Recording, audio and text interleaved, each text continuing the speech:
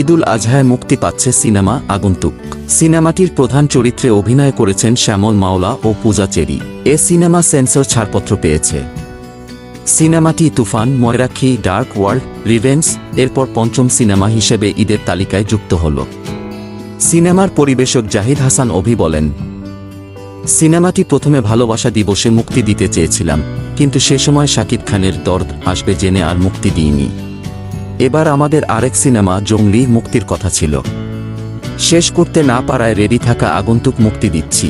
ইতোমধ্যে দেশের সব সিনেপ্লেক্স চূড়ান্ত হয়েছে, সিঙ্গেল স্ক্রিনে কথাবার্তা চলছে।